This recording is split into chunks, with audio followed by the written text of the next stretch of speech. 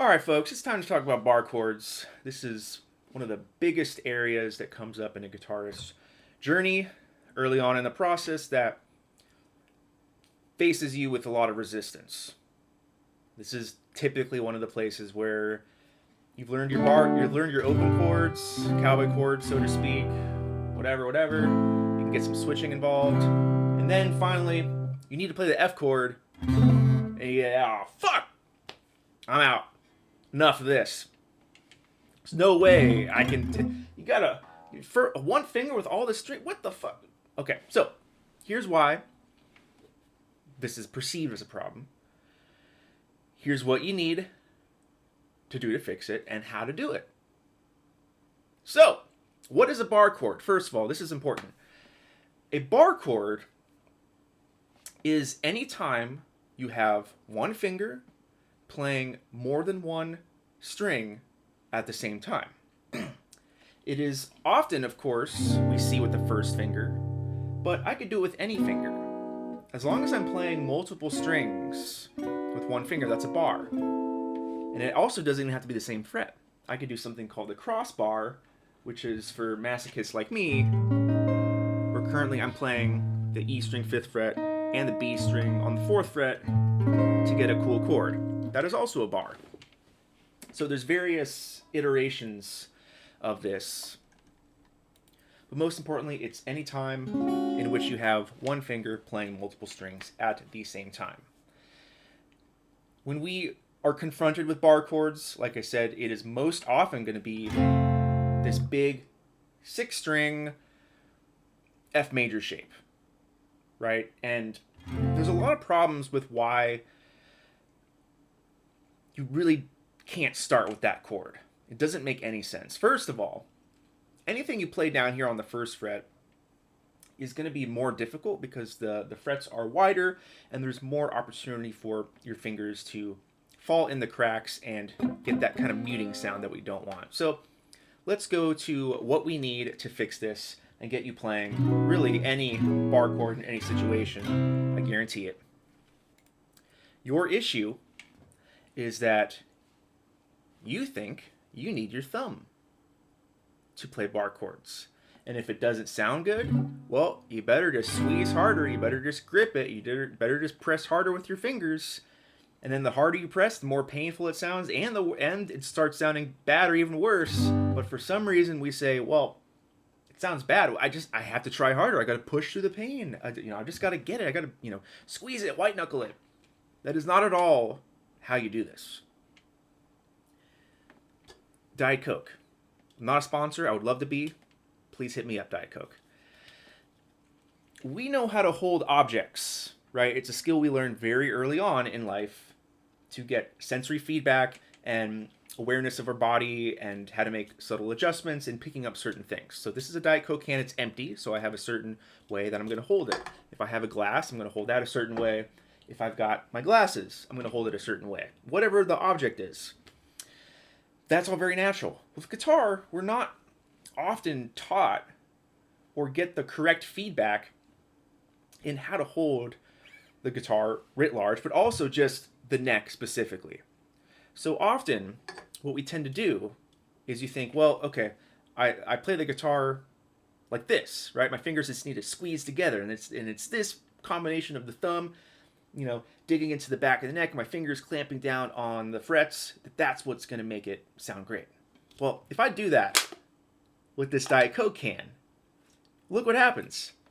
All of the sweet nectar of this Diet Coke, if this was full, it would be all over the place. I would be cussing up a storm. This beautiful guitar would be in shambles. I would not be happy. So imagine the neck is now your Diet Coke can. What's inside of it? Music, enjoyment, sounds, whatever you get from music, and the reason why you're here to play, that is all squashed because you have done this with your guitar. My teacher in undergrad, he called technique the way you physically greet your instrument. Technique is the way you physically greet your instrument.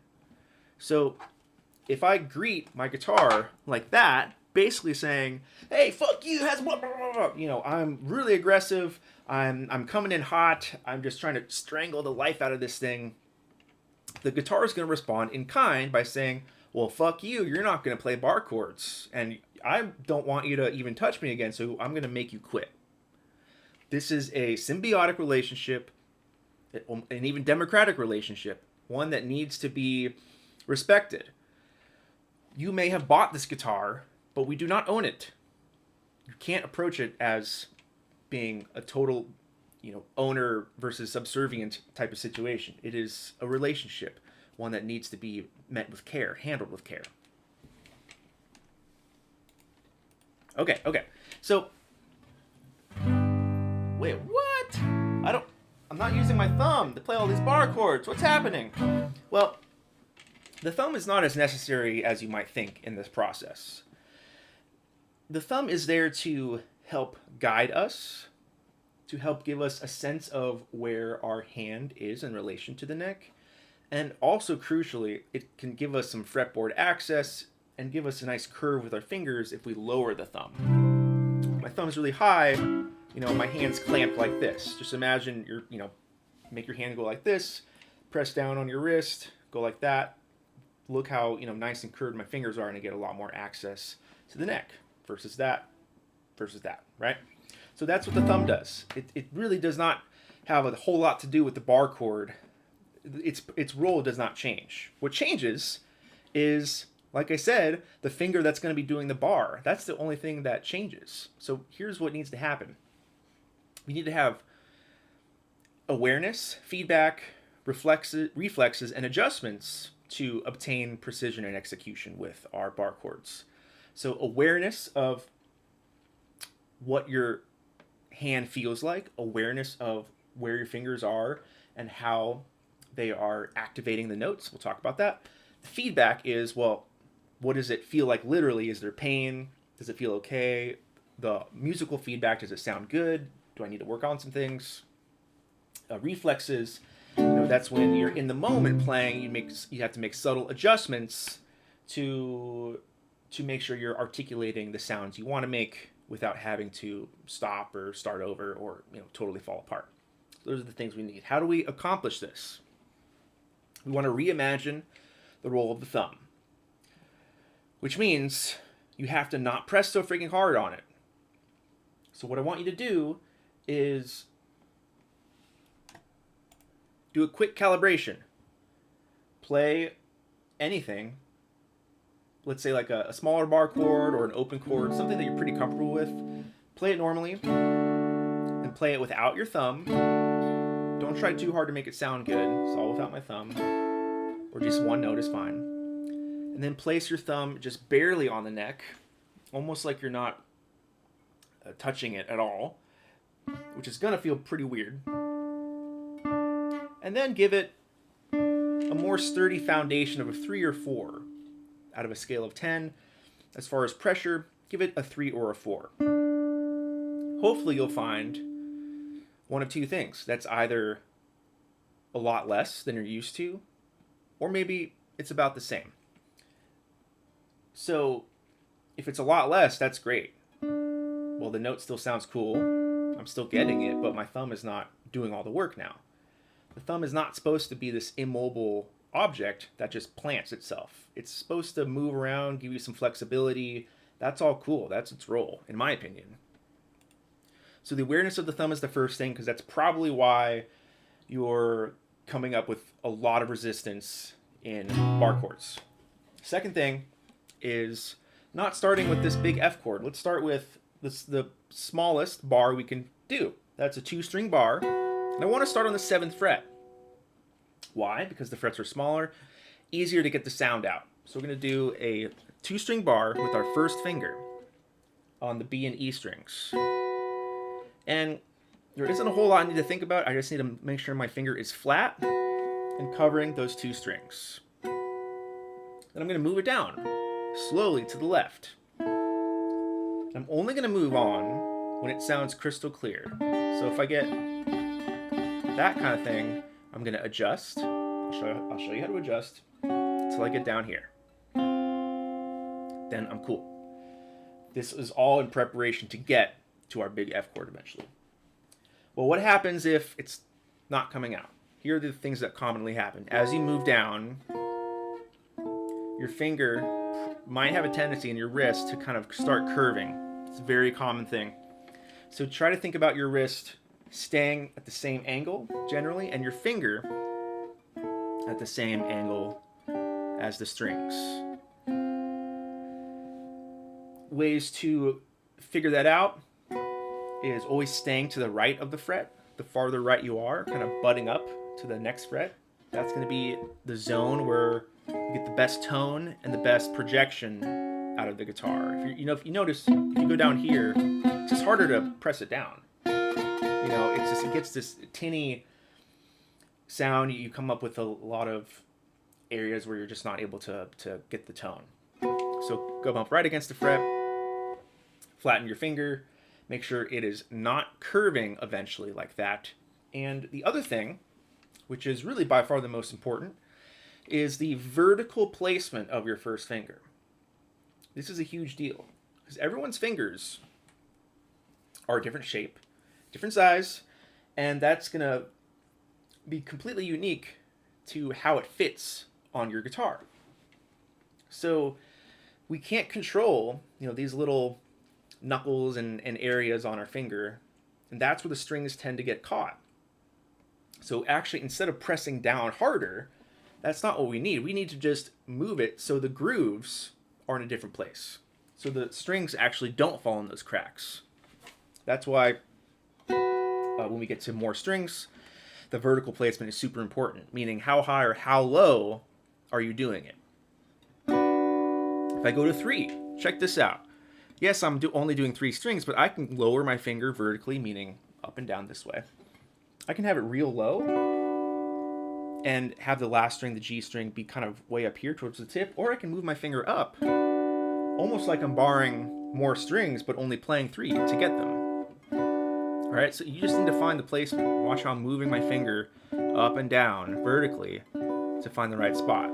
Now, so if I notice something like this, instead of just pressing harder, I would move my finger. Oh, okay. Oh, it's not working. Oh, move it up. Find that spot that's good for you. Repeat the process. 3 strings, 3-string bar, move it down the first fret, only continuing on if you get a nice clear tone. 4 strings. Another crucial element is keeping all of your fingers close together. If they're out like this, that is not going to help you because any expenditure of energy and contraction of muscles is going to just be wasting your efficiency and also pulling things all the way up here, and it's just going to hurt. Keep all your fingers close together no matter what. Don't rely on using your fingers to do the bar too. A lot of people, they're just, okay, I only need to do 1 finger, so I'm just going to use my middle finger to kind of put it on top for extra weight. That's cool, it does work, but that's not actually useful because with most bar chords, you're not going to get that luxury of having an extra finger to help out. Move up to 5. It's all the same process. Make sure you're towards the right of the fret. Your thumb is not pressing too hard because what needs to happen is the vertical placement of your finger needs to adjust to find the sweet spots. Again, if you're noticing the little cracks, the little clicks and muted strings, adjust the height of your finger rather than the combined pressure, and you get that. 6 strings. This is where obviously we come up with a ton of resistance and treble, the dreaded plateau. But this is also where the vertical placement is the most helpful, as well as the thumb position. So if I lower my thumb, gives my hand great access to the neck and kind of keeps them in this more successful position rather than going like that where my hand is constricted. I've got a lot of open space now. So from here, my thumb's lower, my wrist is down a little bit, not too crazy, but it's down. Elbows tucked in, and I can adjust the vertical height pretty far. My finger's off the neck, but maybe that might be what you need with your individual finger and where the grooves are going to lie. Where the strings fall or don't fall in those gaps that you can't actually close by just pressing harder. adjust it, find the exact spot, and then figure out how to replicate that. Feel what that feels like, remember it, get those reflexes, get the feedback of how's your hand feel, how does it sound, make adjustments as you move it down. Keep the awareness of your thumb. Instead of pressing harder, lighten up on the thumb and move the vertical placement of your finger. Don't let your hand go like this. Don't let the elbow come out, because then your hand's going to curve. This is a very common way I see people playing big bar chords where their finger starts ending up like that. Try to practice in a way where you end up with generally the same exact shape and angle no matter where you are on the neck. So I know this was a lot, but breaking it down to a couple key elements. Don't rely on your thumb if the bar chord isn't happening the way you want it to happen.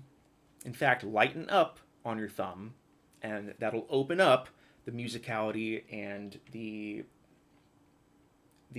way your guitar is going to treat you.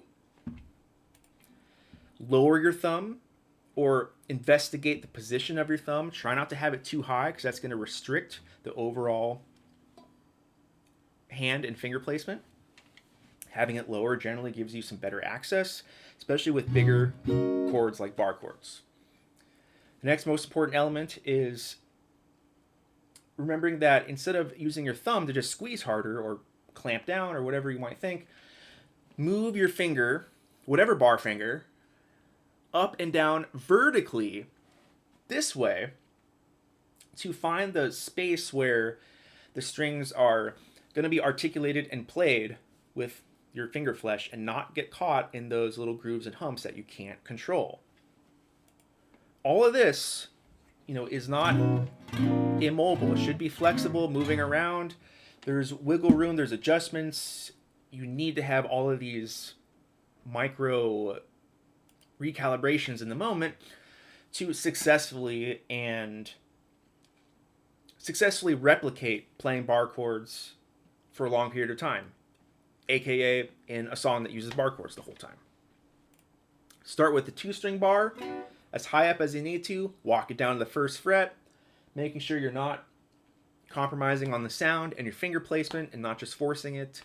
And I promise you're gonna find the exact placement for your finger based on each shape. You're gonna have a different variable, a different way of doing it for whatever type of bar chord shape, but you're gonna find the one that works for you if you think about these elements, and don't get frustrated. Of course, as with anything, take breaks, do not force it, don't push through any pain. That is not at all something I advise, and I hear it too often from students and even instructors who don't understand the actual mechanics of what a bar chord is, what we need to execute it, and how to do it. So there's plenty more I could say, but good luck with your journey, and I hope this helped you.